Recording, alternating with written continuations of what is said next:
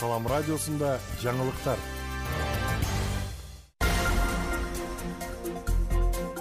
Баткенден салам, эфирде жаңылыктар. Аны мен Исабек Максутов сиздер менен тааныштырам. Баткенде 3 миллион сомдук дары-дармектин контрабандасы кармалды.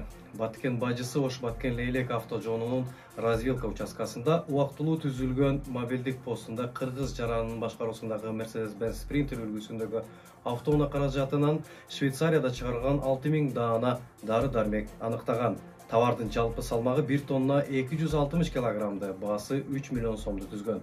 Жүктүн эч кандай бажы документтери болгон эмес. Медициналык дары-дармектер иштин бардык жагдайы такталганга чейин кайырма дума ЖЧКсына убактылуу өткөрүлүп берилди.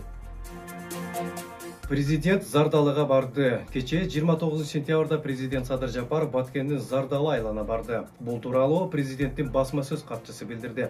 Сапардын жүрүшүндө мамлекет башчысы алыскы аймактардагы калктын жашоо сапатын жакшыртуу үчүн инфраструктуранын өнүктүрүүнүн жана ири долбоорлорду ишке ашыруунун маанилүүлүгүн белгиледи.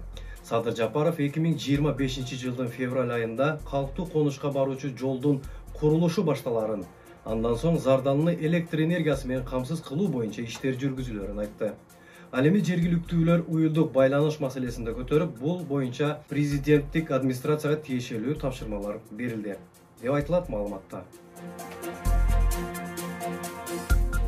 Өзбекстанда мыйзамсыз лимондун көчөттөрүн алып чыккан жаран кармалды. Мамлекеттик бажы кызматы Кадамжай районунун Кызылбулак айылында өзбек жаранынын Hyundai Porter үлгүсүндөгү автоунаа каражатынын кыргыз жаранынын Mercedes-Benz Sprinter үлгүсүндөгү автоунаасына бажы көзөмөлүнөн сырткары 400 даана лимон көчөттөрүн кайра жүктөө фактысы аныкталганын кабарлады. Көчөттөр Өзбекстанда мыйзамсыз ташылып чыккан, иштин бардык жагдайлары такталганга чейин мыйзамсыз жүк аныкталган унаалар жүгү менен кайырма дума ЖЧКсынын аймагына убактылуу сактоо үчүн жеткирилди. Көчөттөрдүн жалпы наркы 200 000 сомду түзөт. Сүлүктүдө электросамокат айдаган жарандарга эскертүүлөр берилди. Бул тууралуу облустук милициянын басма сөз катчысы билдирди. Сүлүктү шаарынын аймагында жол кырсыктарын алдын алуу жана болтурбоо багытында, анын ичинде скутер, самокат менен коштолгон жол кырсыктарын алдын алуу боюнча түшүндүрүү иш-чарасын өткөрдү. Жашы жете элек балдар өз алдынча чоң жолдордун боюнда кароосуз жүргөндүгү боюнча 15 ата-энеге эскертүүлөр берилди.